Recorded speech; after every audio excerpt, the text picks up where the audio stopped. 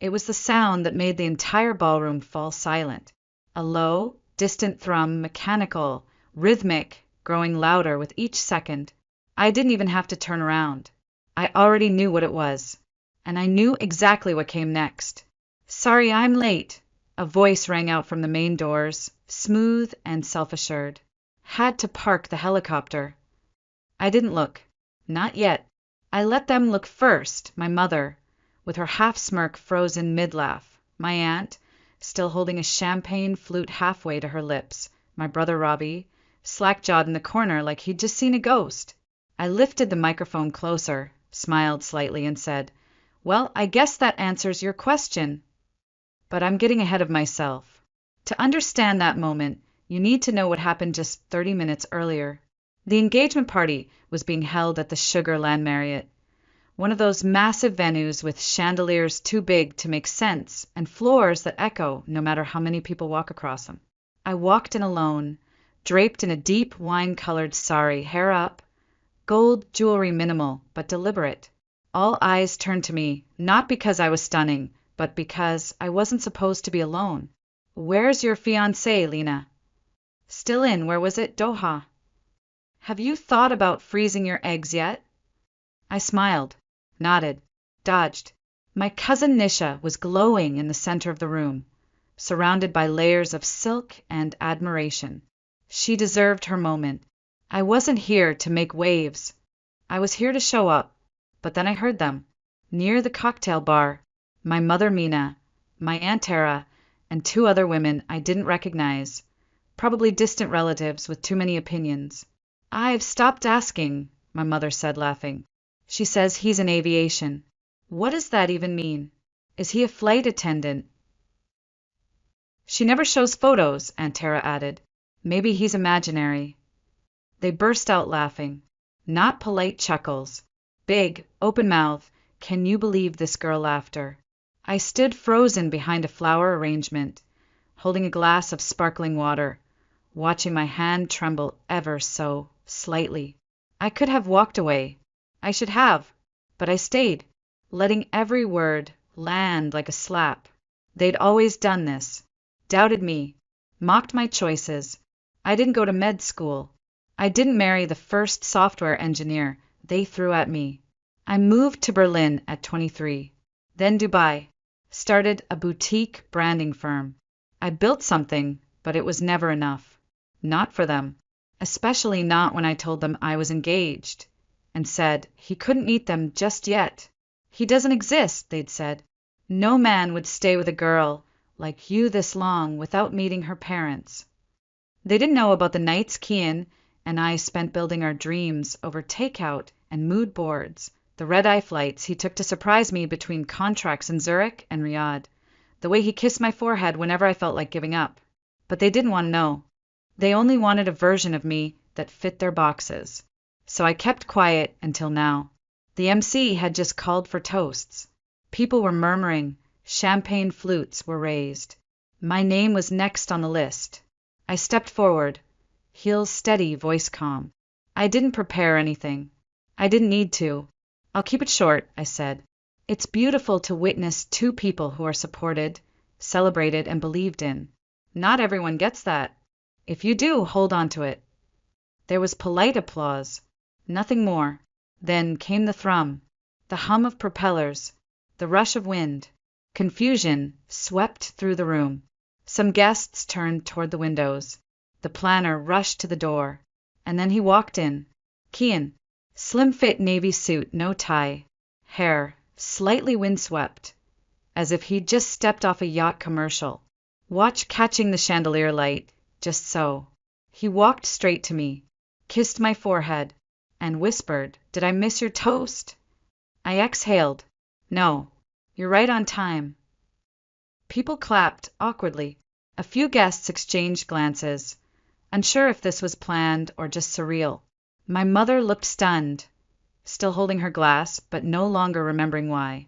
Her dupatta had slipped slightly off her shoulder. She didn't fix it.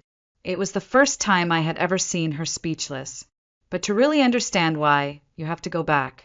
Back to when everything between us started to unravel. I grew up in Sugar Land, just outside Houston, in a tight-knit Indian American household where tradition wasn't just a suggestion, it was the law. My parents, Rajesh and Meena Patel, were the blueprint of expectation.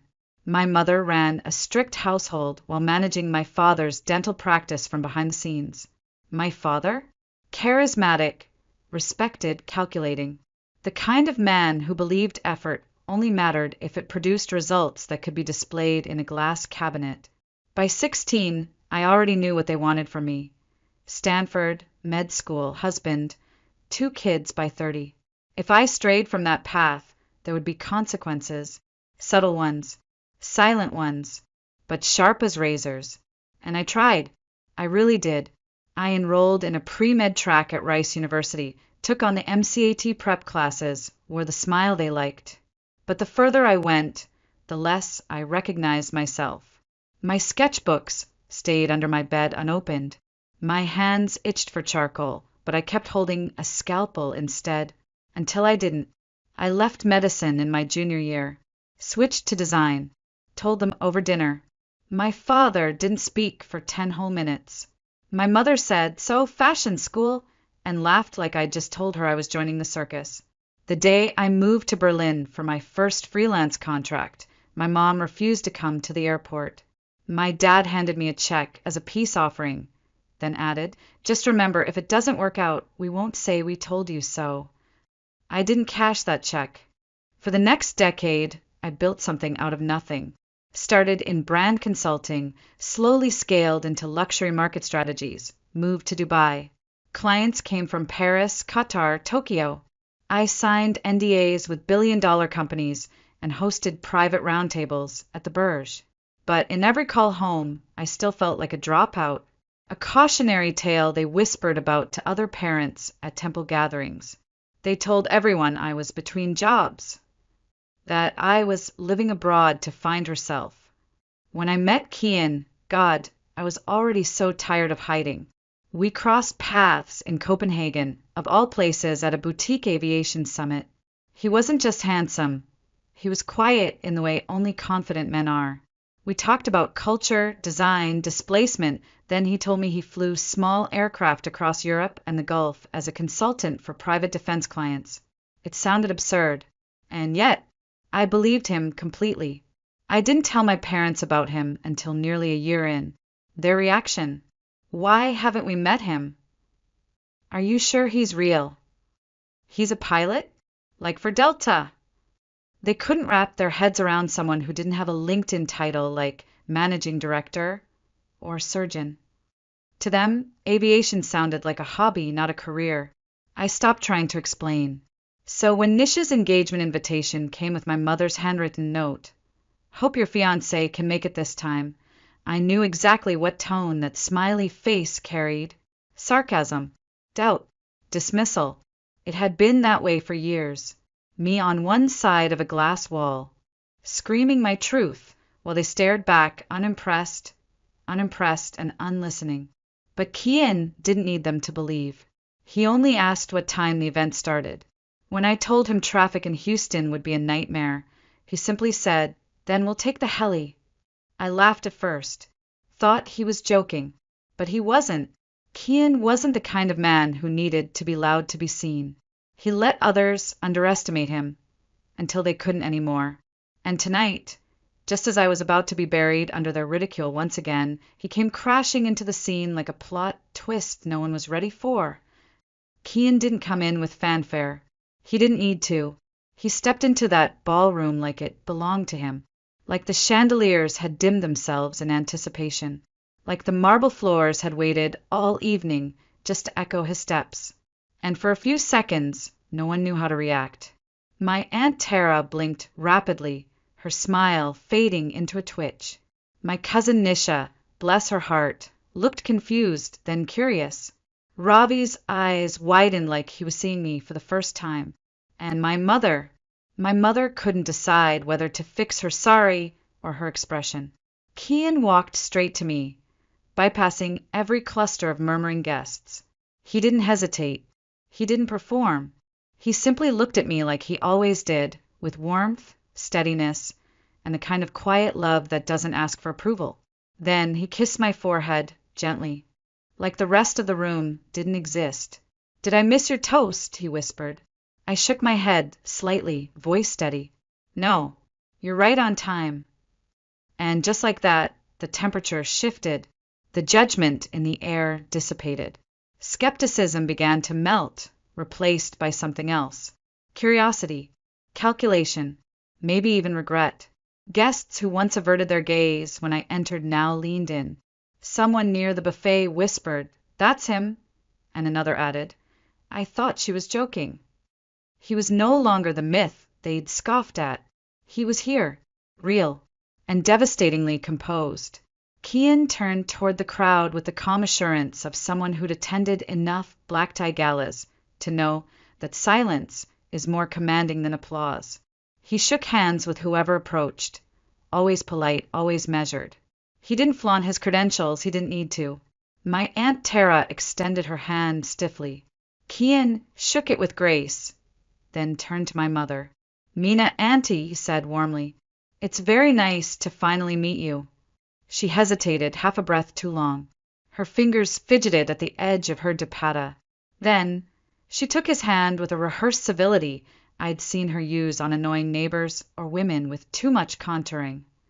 "Oh," she said, her voice light. "Yes, of course. Hello."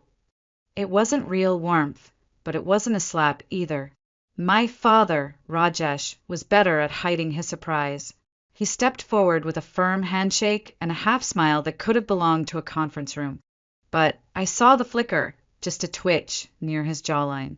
He was sizing Kian up the way he did with business partners who wore custom suits, but didn't mention which firm. "So, you work in aviation?" he asked, the question layered with doubt. Kian nodded. "Mostly consulting now. Defense logistics, flight strategy, projects across Europe and the Gulf. But I still fly occasionally, keeps me grounded." Ironically, a few nearby cousins chuckled, not because it was funny, but because the room was recalibrating. Everyone was, desperately, because I wasn't the lost daughter anymore, the eccentric cousin, the artistic disappointment. Now, I was the woman with the man in the helicopter. And more importantly, I was the woman who didn't need to prove herself anymore. For years, I had walked into rooms like this with my shoulders tucked in, my voice softened. I had tiptoed around their expectations, hoping for crumbs of approval. Tonight, I watched as the people who once scoffed at my absence now tripped over themselves to justify their own presence. Kian was being pulled into introductions by my second cousins and whiskey-sipping uncles who suddenly found aviation logistics fascinating. I stood back, just a little, taking it in. It was surreal, like watching a play where suddenly I wasn't the tragic side character anymore. I was the storm that rewrote the script. From the dessert table, Ravi approached with a slice of cake and the same smirk he wore when he stole my Halloween candy in 1998. "So," he said, jerking his chin toward Kian, "that's your guy." I didn't even look. "That's Kian." He let out a low whistle. Still didn't think he was real. Honestly. I sipped my water. A lot of people didn't. He paused, maybe to apologize, maybe to say something clever, but I didn't give him the chance. I turned and walked away toward Nisha, because I was done standing in place for people to catch up. Later that evening, just as the music shifted into something slower and softer, my mother found me standing alone near the staircase that led to the valet. The party behind us was still in full swing. The lights were warm. The air smelled of cardamom and hairspray, and yet something in her face had changed. She looked unsettled, not angry, not even embarrassed, just curious, like she didn't quite understand what had just happened. She hesitated, hands clutched in front of her, then said, "Why didn't you tell us he was coming?" I turned slightly, not enough to face her fully. Would it have changed anything? She opened her mouth, closed it, then tried again. I didn't realize." I raised an eyebrow. "Didn't realize what?" She looked down at her hands. fingers still playing with the edge of her bangles like they held answers. Then, with a quiet voice, she said, "I didn't realize he was this serious." And there it was, the weight behind every phone call where she questioned my judgment, every family dinner where I was asked if I was still doing that creative thing, every time I said I was happy, and she looked at me like I was pretending. Now she believed, only because he landed in a helicopter. I should have been angry, but I wasn't. I was tired. "I've been serious," I said, arms crossed, voice low. "You just didn't want to believe it unless it looked like something you could brag about." She flinched, not visibly, but I saw it, a tiny pause in her breath. "I'm glad you came," she said after a moment. I nodded. Me too. But not for them. For me. Because for the first time in years, I didn't walk into that room hoping to prove anything. I walked in knowing exactly who I was, and watching everyone else scramble to catch up felt liberating. A little while later, Kian found me again on the rooftop garden attached to the venue. It was quiet up there, away from the dance floor and the endless buffet lines. You could see the stars struggling behind the Houston haze. He wrapped his arms around me from behind, rested his chin on my shoulder. "How'd it go?" he asked softly. I didn't answer right away. I watched the tiny pinpricks of light across the sky, listened to the low thump of bass below us, the laughter and clinking glasses fading into background noise. "Better than I expected," I finally said. "Worse than it should have had to be." He didn't say anything, just pulled me closer. "They'll catch up," he murmured. "I'm not waiting," I said. "I know," he replied. And we stood there for a while longer, the city buzzing beneath us, the night thick with everything unsaid. I didn't know what would happen next, whether my family would try, whether tonight was a fluke or a turning point. But for once they saw me, and more importantly, I saw myself. When we finally made our way back down, most of the party had dissolved into that awkward stretch of time when aunties start packing leftover biryani into Tupperware and uncles linger with whiskey glasses, not ready to leave but not adding anything to the conversation either. We said goodbye to Nisha and Dev. They were glowing a little tipsy, perfectly content in their own version of tradition. I hugged her tight. "You did great," I whispered. She smiled. "So did you. You have no idea how satisfying that was for me." We both laughed, and in that moment I realized she hadn't needed me to explain or justify. She'd always known. As we headed toward the valet line, I could feel my parents' eyes on us from across the room. They didn't say much. My father gave Kian a polite nod. My mother offered a thin-lipped smile that almost passed for warmth. It was fine. I wasn't expecting transformation, but something had shifted, maybe not dramatically, not overnight, but tectonically. The next few days felt strange. Not cold, not distant, just suspended, like everything had paused mid-shift, waiting to see which way gravity would pull. There was no explosive fallout, no angry texts, no dramatic confrontation with my parents asking, "Why didn't you tell us?" Or, "Is this serious?" No sudden dinner invitations or tearful apologies either. But small things started happening. Quiet, almost imperceptible things. My father forwarded me an article from Forbes titled "How Boutique Branding Firms Are Reshaping Global Luxury." No message, just a link.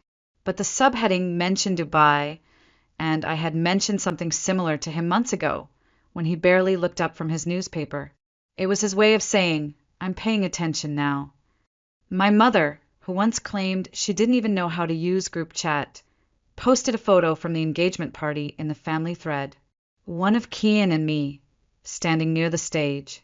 She captioned it, "Look who finally made it into the family album." She didn't tag me. She didn't react to the comments from distant cousins who wrote, "Handsome," or "Such a beautiful couple." But she left it there. That alone was monumental. And then there was Aunt Tara, the one who'd laughed the loudest about my imaginary fiancé.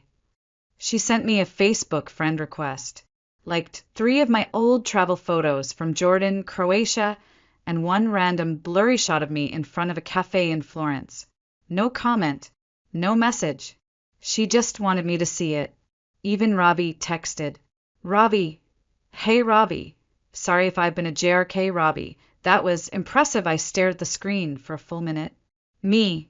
Not sure if that's an apology or a TED Talk intro, Ravi. Let's go with both, I didn't respond. Not because I was angry, but because I didn't need to anymore. One afternoon, I stopped by my parents' house in San Felipe to pick up a few things my mom had asked me to take before I flew back. Some of my grandmother's old jewelry, a hand-woven shawl, and a pressure cooker that she swore was too premium to ship overseas. Kian stayed in the car, scrolling through his phone. I walked up the familiar walkway alone. The house smelled the same: incense, coriander, a faint trace of old wood, like time hadn't dared move inside these walls. As I stepped into the hallway, something caught my eye.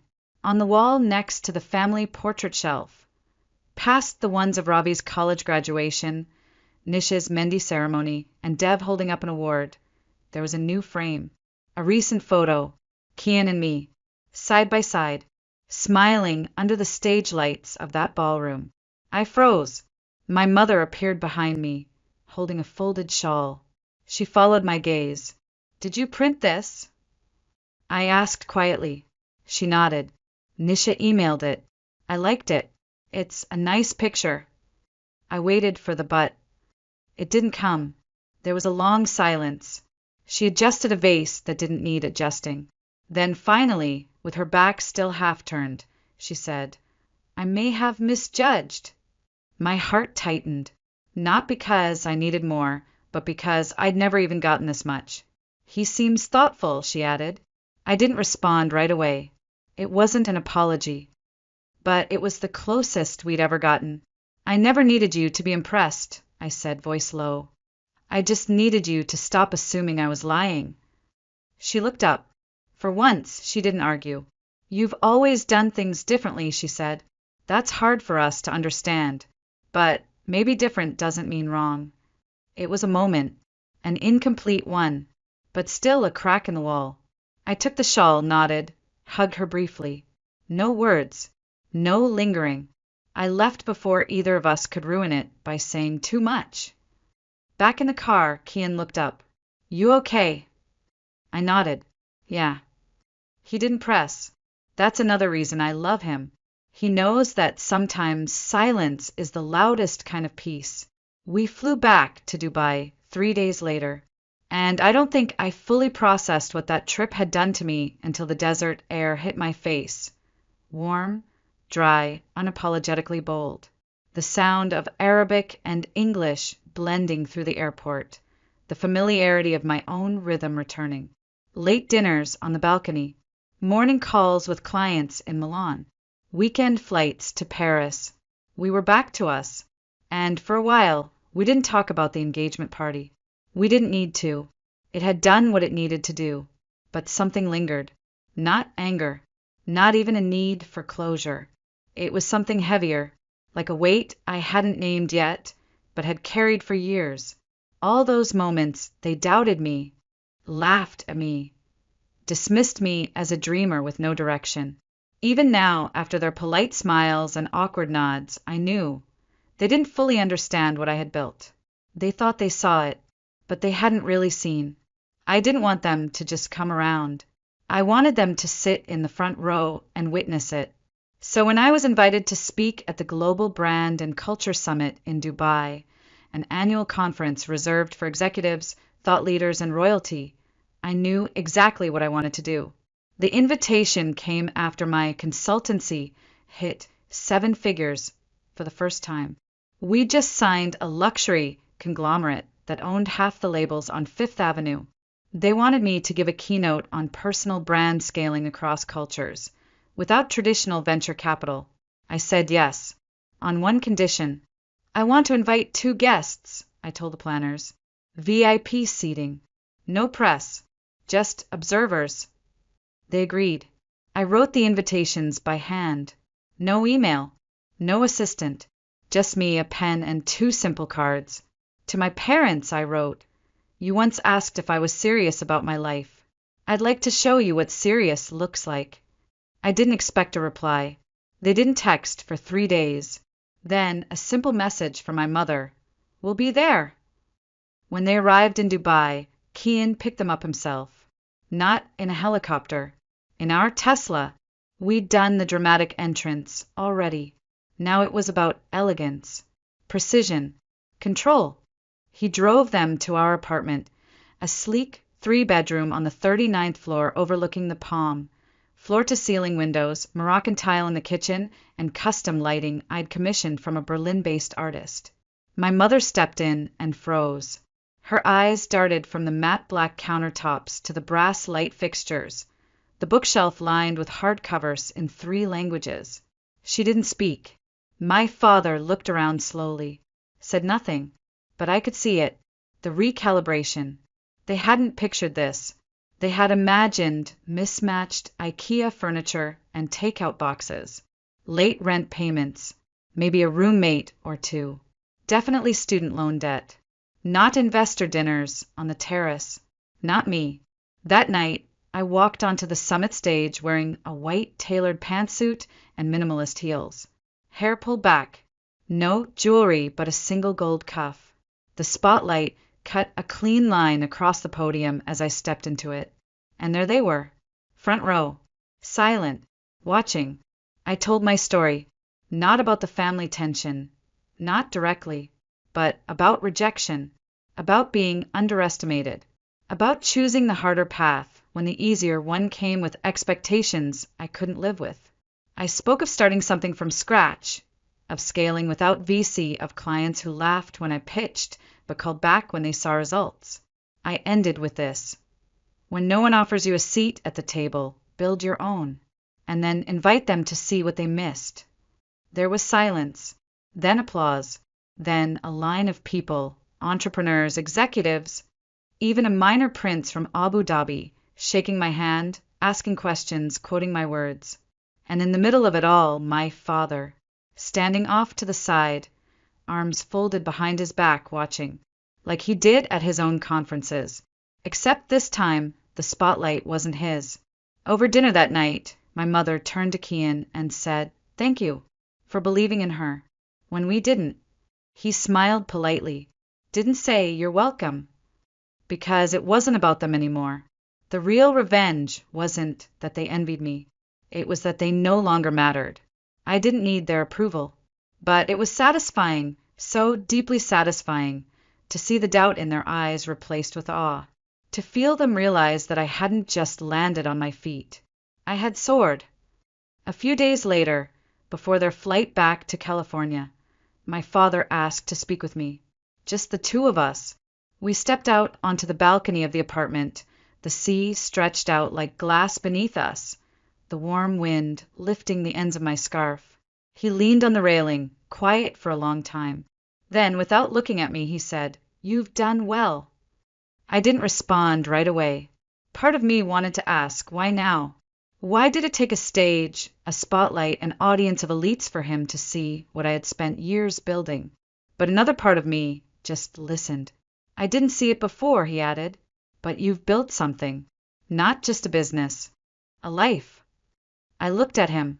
This man who once offered to pay my way back to grad school because he didn't think art was a career, who told me 2 years ago that branding was for people who couldn't do real work, who feared I'd end up alone and irrelevant. And now here he was, admitting it.